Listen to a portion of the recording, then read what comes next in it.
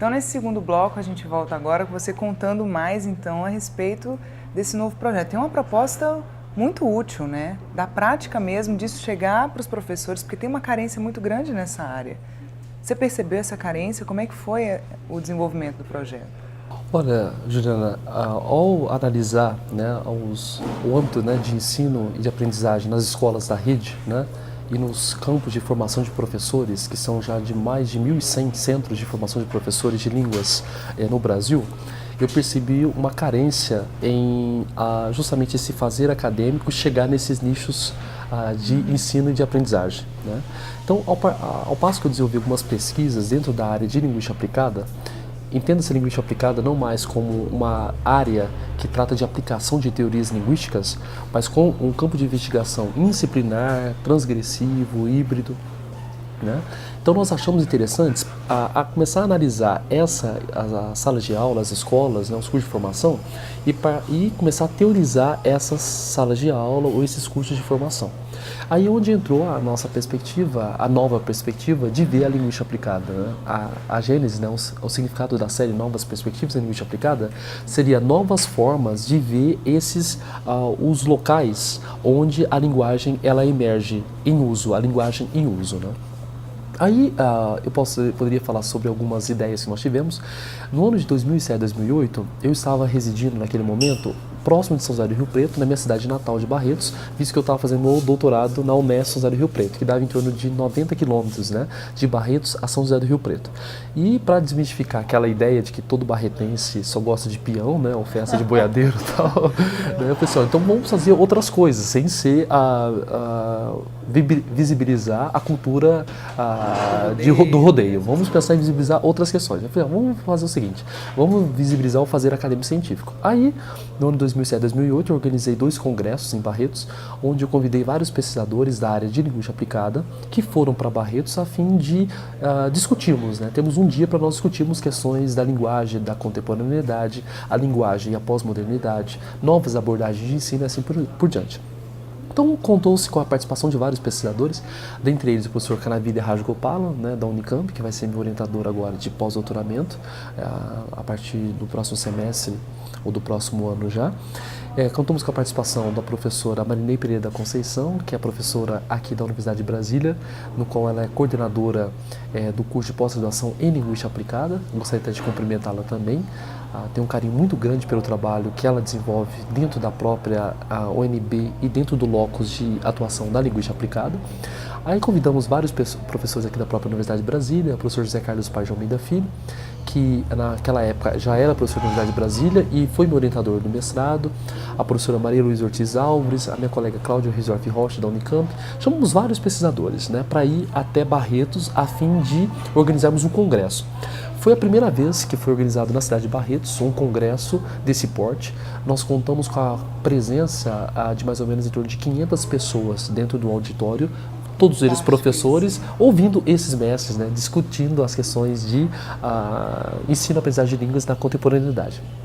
Aí pensando nisso, eu pensei, né, refleti, falei, gente, olha, não vale a pena a gente organizar um congresso desse porte e esse falar ou esse fazer acadêmico ficar aqui nesse auditório apenas. Eu acho que a gente tem que materializar na forma de um livro que pudesse ser compartilhado pela comunidade barretense e pela comunidade acadêmica. Aí foi onde surgiu o primeiro livro da nossa série, chamado Ensinar e Aprender Línguas na Contemporaneidade, Linhas entre Linhas.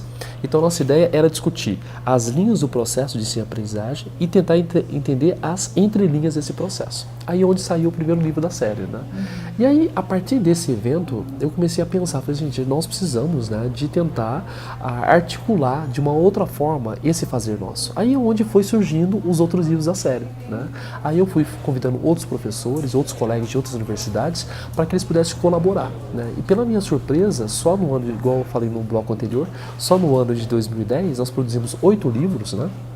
Existem editoras, por exemplo, que tem um Qualis, né, de uma qualidade, um Qualis que a gente chama, né, um Qualis A, que conseguiu produzir 16 livros, e só essa série Novas Perspectivas, no ano de 2010, nós lançamos 8 livros, né, com diferentes pesquisadores. E para 2010 nós já temos vários livros que já estão, bem dizer, no prelo, já estão próximos de serem lançados. Em 2012 já temos vários também, em 2013 também. Até 2015 nós já temos uma política, né, nós criamos a editora Pontes, eu e a editora-chefe, a Margarete, no qual também gostaria de agradecer muitíssimo a forma pelo qual ela nos recebeu nessa empreitada acadêmica. Queria só realçar que essa empreitada, essa ideia, né, de articular essas 3 séries, ela foi compartilhada com outras editoras, né? E infelizmente nós não tivemos nós não fomos tratados da mesma forma pela editora Pontes, no qual nós fechamos essa parceria, no qual até hoje eu tenho publicado somente todos os meus livros, né, todas as minhas empreitadas nessa editora, né, que abriu as portas. Nós pensamos em parcerias, ela visibiliza nosso fazer acadêmico, a forma que ela trata os autores. Ela tem uma visão de vanguarda incrível, porque o que você está escrevendo eu não vi em lugar nenhum, por exemplo. Quando nos seus artigos mesmo, né, que você trabalha muito como organizador dos livros, mas na tua escrita também, você tem um olhar sobre o ensino da língua estrangeira muito peculiar, né? Porque é uma percepção da globalização que existe, todo mundo lê tudo no mundo inteiro, mas como é que está o ensino dessas línguas? Como é que é o papel desse professor? Como é que é o papel do aluno, da criança que aprende uma língua estrangeira? Então essa sua preocupação também é uma preocupação rara de você ver assim, dialogando em termos de livro e de escrita, né? E aí, você não para mais. Aí eu falei assim, a nossa ideia não é parar, né? Até na Universidade de Brasília, a minha ideia era, num primeiro momento, motivar meus colegas, né? É isso que está acontecendo. Nós vamos ter vários colegas, no qual eu gostaria de cumprimentar também, que está cooperando, colaborando com a série. Gostaria de salientar um livro que vai sair agora, dentro de alguns dias, um livro que vai abrir a série Linguagem e Sociedade, que é das minhas colegas Viviane Rezende e Viviane Ramalho, que são referências na área de análise crítica do discurso, no qual vão lançar um livro, né, que vai ser um livro que eu falei para elas, uma cabeceira de cama, né, para as pessoas que trabalham com análise crítica do discurso, numa outra perspectiva, né, numa nova perspectiva, né, tentando mostrar que a análise crítica do discurso ela está ligada de uma forma direta com a própria linguagem que nós trabalhamos e com a sociedade em que nós somos imbricados. Então, essa era a perspectiva, né, de criar vamos usar uma atmosfera, né, para motivar os colegas a produzir academicamente. E, para nossa surpresa, não só os nossos colegas estão motivados à publicação, né, à visibilização das suas pesquisas, que são muito interessantes, que têm contribuído para a construção de uma nova sociedade mais justa, mais emancipatória, mais ética, mas também os próprios alunos do curso de graduação. Né? Como é que foi a resposta às publicações, em termos mesmo de vendagem? Olha, só para tu teres uma ideia, da série dos 8 livros que saíram agora, na Novas Perspectivas em Linguística Aplicada, existem alguns livros que já vão para a segunda edição.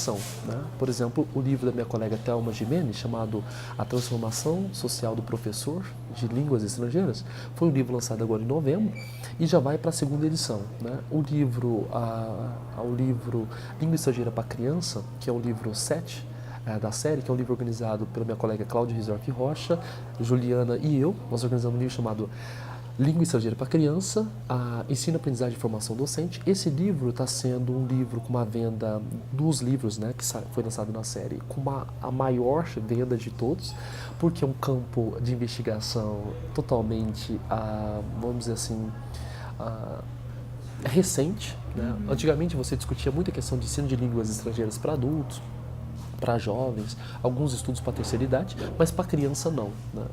Nossos trabalhos hoje começaram agora no Brasil. Essa é a área, né, que eu tenho atuado na Universidade de Brasília. Eu estou muito interessado em tentar entender os processos de ensino, de aprendizagem e de formação de professores de línguas estrangeiras para criança. Né? Eu tenho alguns projetos que já estou desenvolvendo na própria universidade, tentar analisar como que a criança ela se apropria de uma língua estrangeira, como essa apropriação dessa língua, que língua é essa que ela se apropria, até que ponto ela apreende uma língua e ela exterioriza uma determinada língua, que língua é essa que é exteriorizada, que cultura emerge desse contato. Você está mexendo com a estrutura do ensino, né? Você não está olhando e analisando de fora, mas você está mexendo com a base toda. É uma revolução educacional. Concordo plenamente. E essa questão que eu penso é porque muitos de nós, né, linguistas ou linguistas aplicados, os linguistas aplicados não tanto, mas muitos outros que fazem ou fazer na área de linguagem, eles estão interessados em apenas teorizar, né? Eu gostaria de realçar que eu trabalhei em escola pública, né? Fui professor de escola pública, dei aula de 1ª a 4ª série, de 5º a 9º ano, dei aula no ensino médio, depois cheguei na graduação, depois na extensão, agora vou estar trabalhando na pós-graduação, stricto sensu, mestrado e doutorado, solicitei o credenciamento, né, em programas voltados para mestrado na área de estudos da linguagem. Então, a minha ideia não é isso, né, é tentar ressignificar aquela praxe que eu já tive, né. Então, eu trabalhei com, por exemplo, 1ª a 4ª série, eu dava aula de língua inglesa na época, para crianças, né. E aí eu observava várias coisas, né, daquela experiência que eu tive por muitos anos. Então a minha ideia agora é ressignificar toda aquela praxe que eu tive por meio das teorias. Então eu não estou interessado, eu não defendo, né, que nós deveríamos criar teorias e aplicar essas teorias na nossa prática. Eu vejo sempre pelo olhar oposto, né? Eu vejo a prática e vou tentar teorizar aquela própria prática, né? Então acho que talvez nossos estudos da linguagem deveria trabalhar um pouquinho mais nessa perspectiva e não apenas aplicar as teorias linguísticas, que essa visão de linguística aplicada está totalmente ultrapassada. Não, e é bom que a gente já encerre esse bloco e no próximo bloco a gente entra mesmo nas coisas que você escreveu, assim. O que você acredita, o que você anda pregando, né, nessa sua migração pelos diferentes nichos universitários. Foi uma experiência muito boa. Até daqui a pouco.